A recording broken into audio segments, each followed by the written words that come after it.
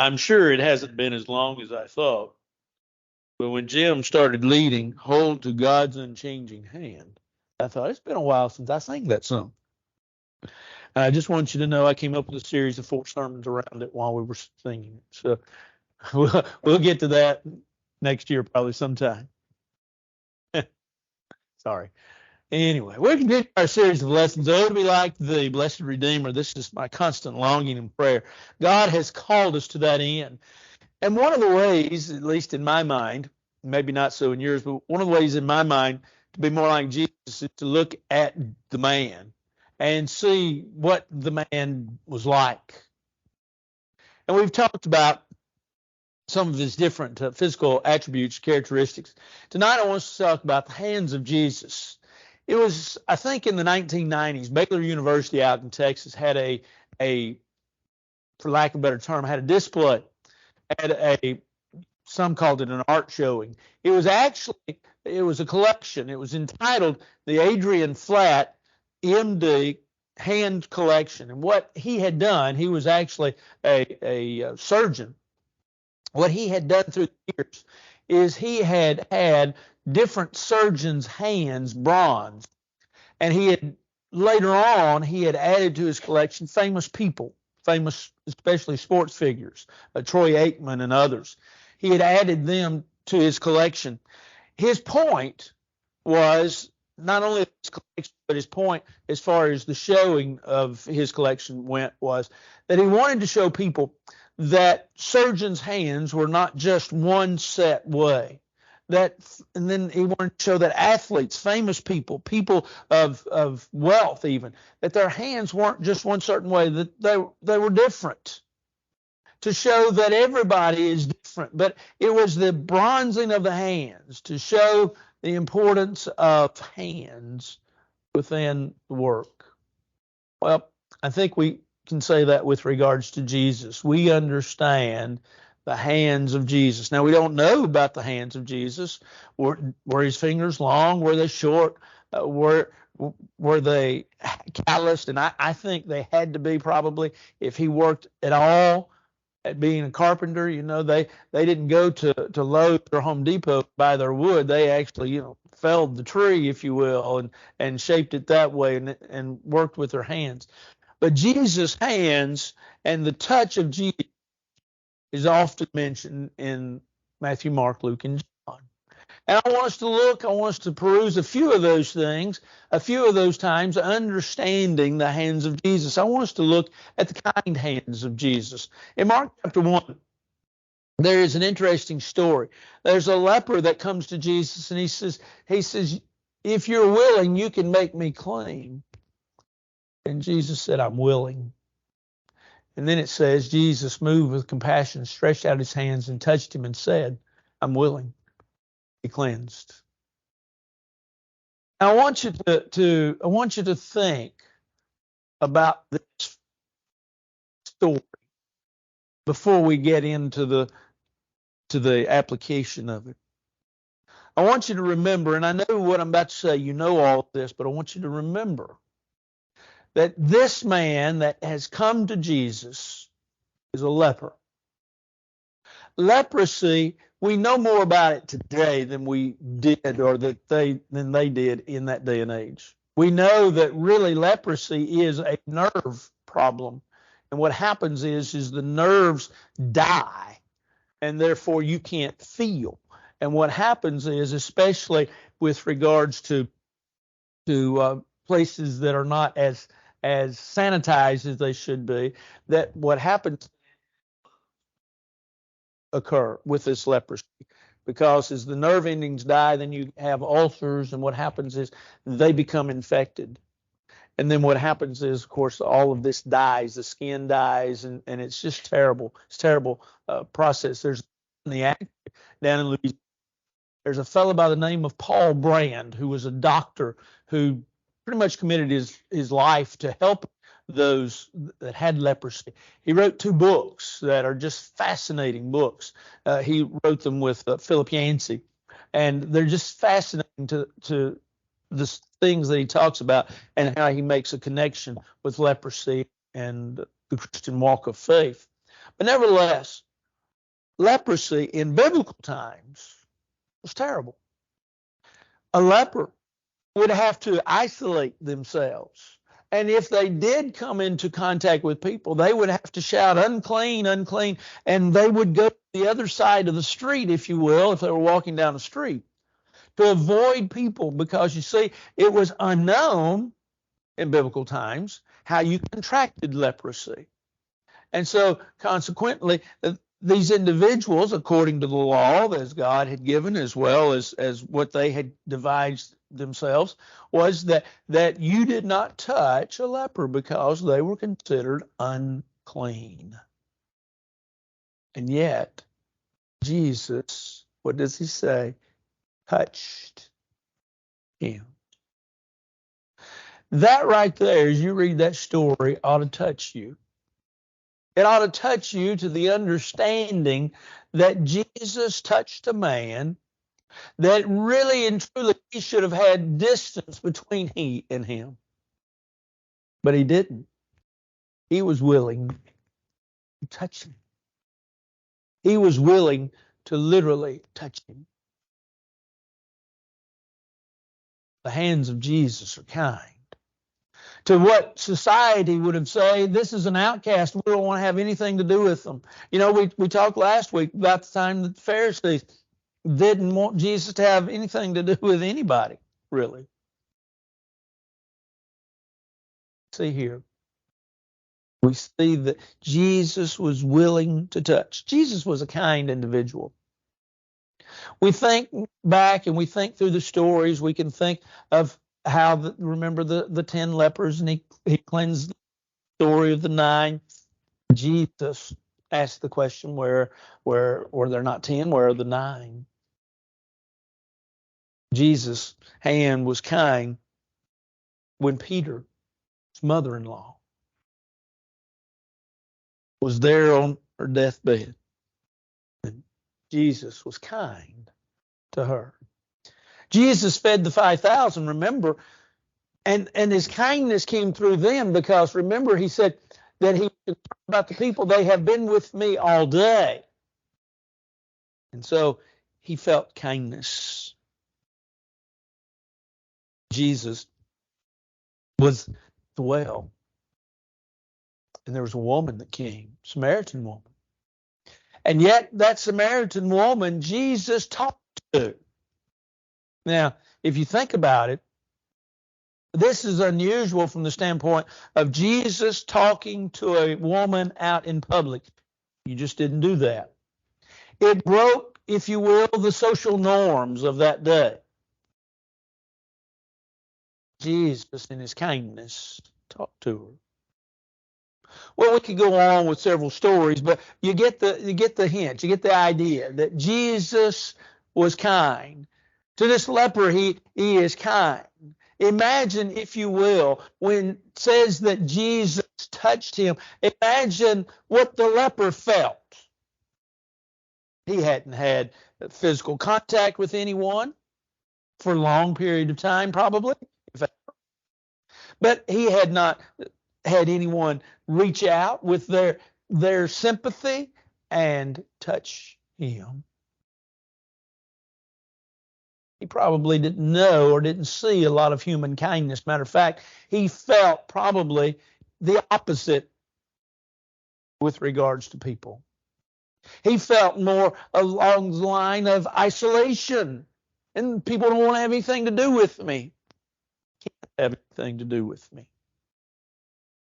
And so when Jesus touched him, he realized the kindness, the compassion that Jesus had. The Bible tells us to be kind. The Bible tells us that love suffers long and is kind. 1 Corinthians 13 and verse 4. The Bible teaches us that we're to be individuals that are to look not on our own things, but also on the things of others. Philippians chapter 2, verse 4. The Bible tells us that we're to be compassionate one towards another. 1 Peter 3, verse 8. Now, you combine all of these verses and many, many more that you probably are thinking about as I'm talking, and you come up with the fact, yeah, we understand Jesus was kind. Well, then we ask ourselves, are we kind? Do we reach out to those individuals? Or do we look at people and see some of them and see them as outcasts, see them as social outcasts, instead of bringing them in and welcoming them in, willing to touch them? Do we take a step back and say, maybe not, maybe not? But we need to understand and remember that when we think about having the hands of Jesus, we have kind hands that realize that others have needs. And so we need to be sensitive to those needs. We need to be individuals that see those needs, and that we need to be individuals then that are willing to act upon those needs as best we possibly can. Now let's think about that from the standpoint as well with this story of Jesus, that he did it to an individual that he didn't know, that he did it to an individual that never met, that he did it to an individual that was if you will, a stranger to him. You see, we find it easy to be kind to the people that are kind to us, right? And to the people that we know and to the people that we love. But what about the people that we don't know? And the people that we're not familiar with, and the people that are strange to us? We need, as Solomon said in Proverbs 19 and verse 20, the desire of a man is his kindness. That needs to be our desire. We need that kindness. We need that hand of Jesus that is willing to touch those that are in need. That kindness. That kindness of the little girl. Back a couple of years ago, the story came out in the news. A little girl in her town, once a week, every week, would carry a piece of cake and a glass of lemonade out to the street sweeper. The man would drive the street sweeper. I'll say that quickly several times. The street sweeper, as he would come, he would wave and he would stop, and she would give him every week a piece of cake and some lemonade. One week when he came down the road, he had some ears of corn and some other things that he gave her. When asked about it, when someone asked him about it, they said, well, that sure isn't much, a piece of cake and some lemonade. He said, that's more than anybody else has ever given me. Kindness reaches out to those that are around us. Kindness sees the need, and kindness, as we said, sympathizes with the need, and kindness then acts upon that need. We need the hands of Jesus that are kind. But there's a second story. You're familiar with it. It's found in Matthew, the 14th chapter, verse 31, is the verse we're keying on. When we look at the hands of Jesus, we also remember this story fairly well. It's the story where Jesus had sent the apostles out. He'd been working, if you will, teaching, preaching all day, and he sends his apostles to go to the other side of the Sea of Galilee. Now, the Sea of Galilee is not, as we studied here a few Wednesday nights ago, it's about 3 miles at its greatest width, and it's about 5 miles north to south. It's not very big at all, but it is very prone to storms, bad storms, because as we studied that on Wednesday night, one of the things we found out is that there's prevailing wind that comes off the ocean, and it hits those mountains that are just right there on the Sea of Galilee. And as it hits them, that wind drives back down the Sea of Galilee. And sometimes if the wind gets too bad, the storms are turbulent and terrible.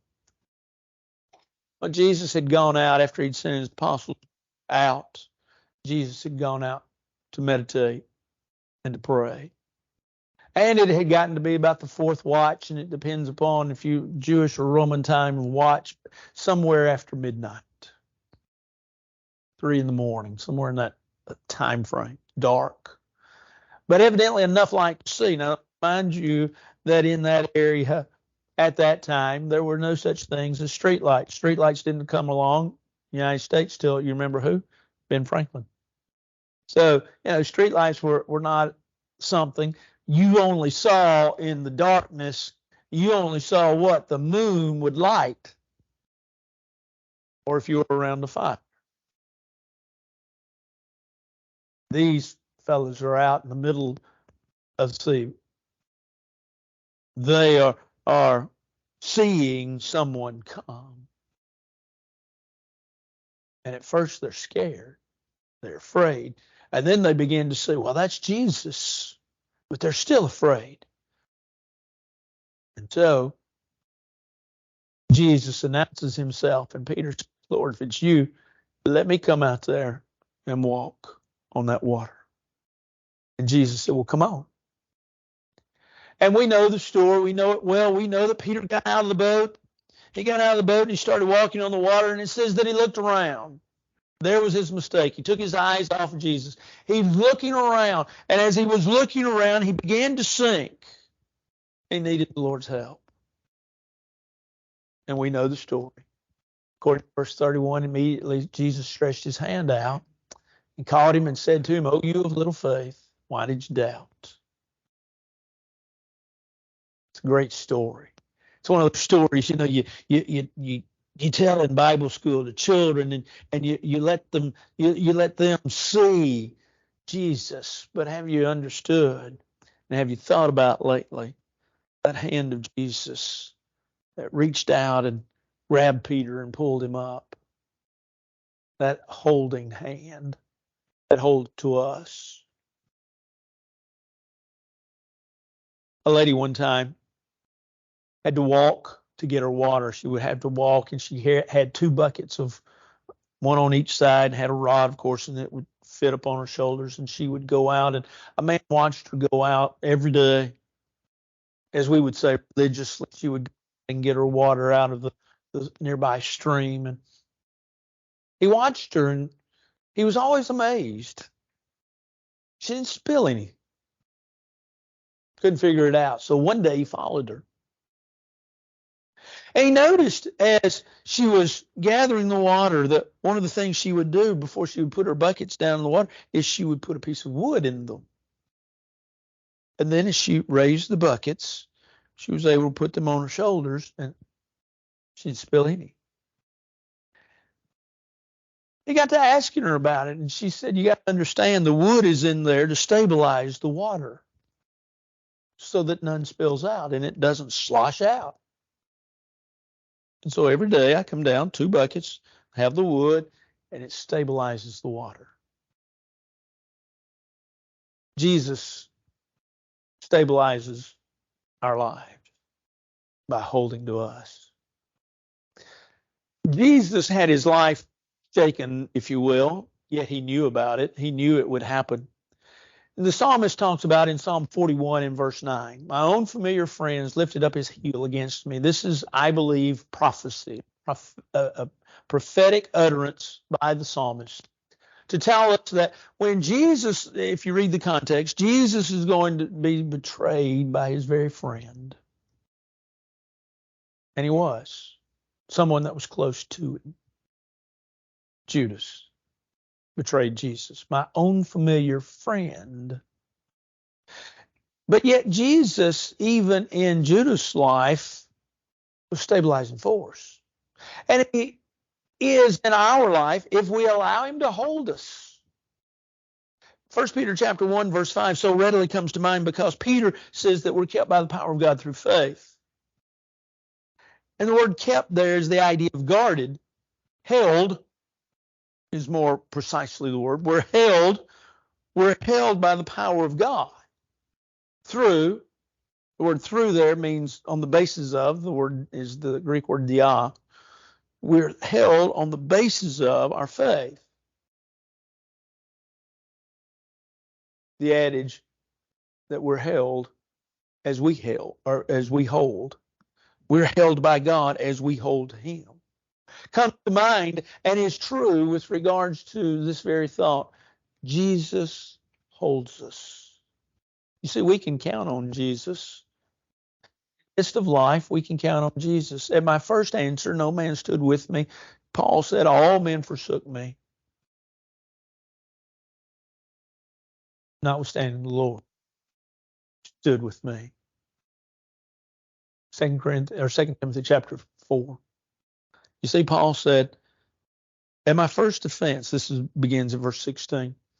My first offense, nobody was with me. I needed help. I needed someone to stand there. I needed someone to be beside me, to if you will, encourage, but not so much encourage as to just make sure that everything,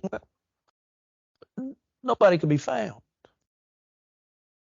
But he says, notwithstanding, the Lord stood with me.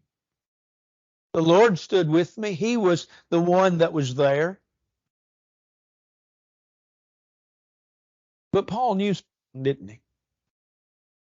Paul said, if we're faithless, he's faithful because he cannot deny himself. He had said that earlier in that same book, 2 Timothy chapter 1, verse 13. That the Lord is always present. He is the stabilizing force. He's the one that holds our hand. Well, we have to ask ourselves, do we have those holding hands? Are we individuals that, first of all, hold to the Lord, but are we individuals that hold to others? Do we have those hands that pull up folks that are going through difficult times? Do we have those encouraging hands that are willing to pull individuals up in their dire time, in their time of stress? Are we willing to hold to them as they are clinging to us? Or do we dismiss them? Do we not have time for them? Are we like the priest and the Levite in the story of the Good Samaritan? We see the problem, but we're unwilling to go to the first point, kind, and help them in the midst of their problems. Jesus had holding hands, willing to pick Peter up when he was at a low point, when he was about to drown. Jesus was willing to pull him up. We need the hands of Jesus. That stabilizing force that gets us through life. We need to help others as well. But the hands of Jesus were also blessing hands, found in Mark chapter 10, verse 16. There were those that had brought children to see Jesus. You can imagine. As we had our children and now our grandchildren, what do we want to do? We want to take them to see things. We want them to see things that maybe we've never even seen before. We want them to experience things so that they have those experiences in life. Well, there were folks that had heard about Jesus, and they wanted Jesus to see them. But they wanted also Jesus maybe even to touch them. But there were those disciples of Jesus that told these folks, don't bring your kids. There was a lady that Suzanne knew several years ago, still good friends, that she did not have children, and she wasn't too excited about if she ever had Suzanne over about bringing Ethan. But then let me tell you, ours is the best, right? She fell in love with Ethan. And she wanted Ethan around all the time, and she did a lot for Ethan. But at first, it was like, of course, the amazing part is she was a school teacher. She just didn't want to see kids out of school. but here we go. These disciples, no, don't bring these, they might say a few things unflattering, snot-nosed children. Don't bring them. He's busy. He ain't got time for these kids. Jesus says, forbid them not to come to me. He tells them such is the kingdom of heaven, but Mark's account, look what he says. It took him in his arms. He laid his hands on them, and he blessed them. When we think about Jesus and what he did, we often think about the fact that he blessed. Whether it was the city of Jerusalem or whether it was the sick of Matthew 14, whether it was the distraught or the disturbed of Matthew chapter 9, Jesus was willing to bless individuals. He was willing to confer to them, if you will, a measure of blessing, measure of peace to those individuals. Reminds us, doesn't it, of a song? Because as we ask ourselves, do we have the hands of blessing? You might say, well, I don't have a blessing to give them. Now, this was, admittedly, go back to Jacob in the Old Testament, this is something that had always been done. But it is the idea of, if you will, bringing in folks and conferring to them not only just the kindness, but the blessings of helping individuals. Being what we might say is a source of encouragement. Do we have those blessing hands? Remember the song, Make Me a Channel of Blessing, I Pray? That is this idea, where we're willing to take folks in and we're willing to encourage them. You know, there was a fellow by the name of Timothy that Paul talked about, how that he had sent them to the brethren in Thessalonica in 1 Thessalonians chapter 3. The thought begins in verse 1, but verse 2 talks about him. And it says that he's a fellow worker, he's a laborer, but also that he might encourage you, that he might strengthen you. It is said of Hezekiah in 2 Chronicles chapter 30 and verse 16 that he spoke encouragingly to the Levites. Now, if you really think about kind of modernizing that verse, and I don't mean this any ugly way, you know, really modernization of that verse, you know what he's saying? He spoke encouragingly to the preachers. He was a man that encouraged. Timothy, a man that encouraged. Titus in 2 Corinthians chapter 7, verse 6, said to be a man that encouraged. As Christians, we need to be mindful that we need those blessing hands that are willing to pick up and build up and lift up others, that are willing to encourage folks. A teacher one time was teaching a group of seniors, and it was getting close to the end of the school year. But she decided that she was going to do something with them, sort of a little experiment. And so on Thursday and Friday of a week, towards the end of school, but not at the end of school, she gave each of her seniors in her class, she gave them a blue ribbon. And she told each one of them why they were important to her and to her class this past year. She then, as they exited, gave them a second blue ribbon. And she told them, find somebody this weekend who has blessed you and give them that blue ribbon and tell them why. They did. They came back on Monday, and it was amazing, the stories, she said, as they told about how that they gave their blue ribbons and who they gave them to and how they reacted and how that it had really helped people. It reminds us that we need those blessing hands, that what we touch and who we touch is the lives and the hearts of individuals. And sometimes it's done by going back to the leper, just touching them, patting them on the back, making them feel good.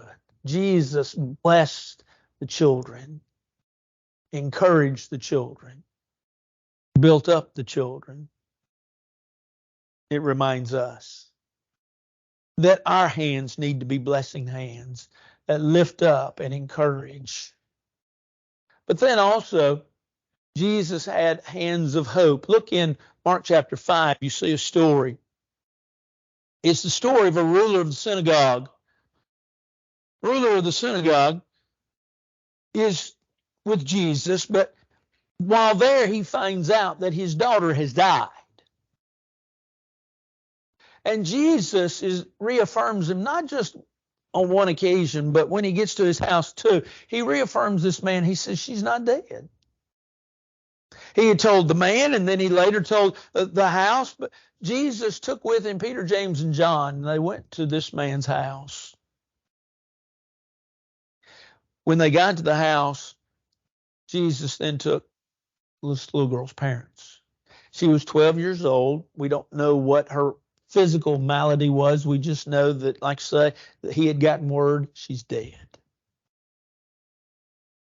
Jesus takes family and he takes her into the room, and that's then where we get verse 41. He took the child by the hand and he said to her, Talitha Cumi, which is Arabic. Remember, Jesus spoke Arabic, which, as Mark translates it for us, means little girl, I say to you, arise. And she did. Jesus healed her. Notice what it says. He took the child by her hand. He gave, and his hands were hands of hope. You see, he kept telling people, she's not dead. She's not dead. From a physical sense, yes, she was dead, but the reality of it was Jesus was trying to teach a lesson.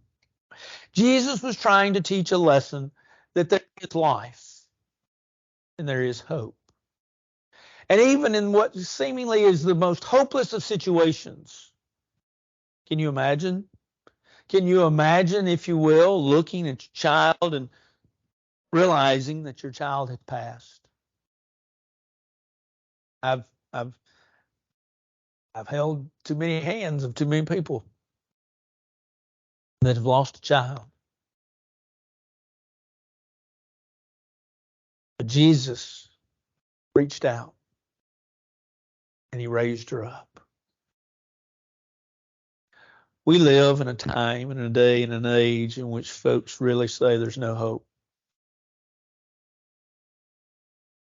We're at a time in our society where it's sad and it's important. We need to quit fighting amongst ourselves. We may disagree, but we need to quit fighting. We need to see that there's hope. With Jesus, there was always hope. Remember, Jesus said, I am the resurrection and the life. He that comes to me, dead shall live. I am the resurrection. I am the life.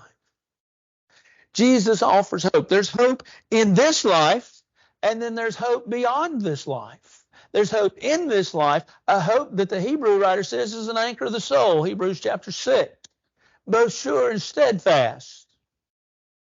An anchor that keeps us grounded, an anchor that keeps us settled, an anchor that holds us in place. A hope that says, okay, it's going to be all right. This world, we're going to get through it. It's going to be fine. But that hope beyond this world, a hope that lies beyond what we know of as the here and now. That when we die, there is something beyond.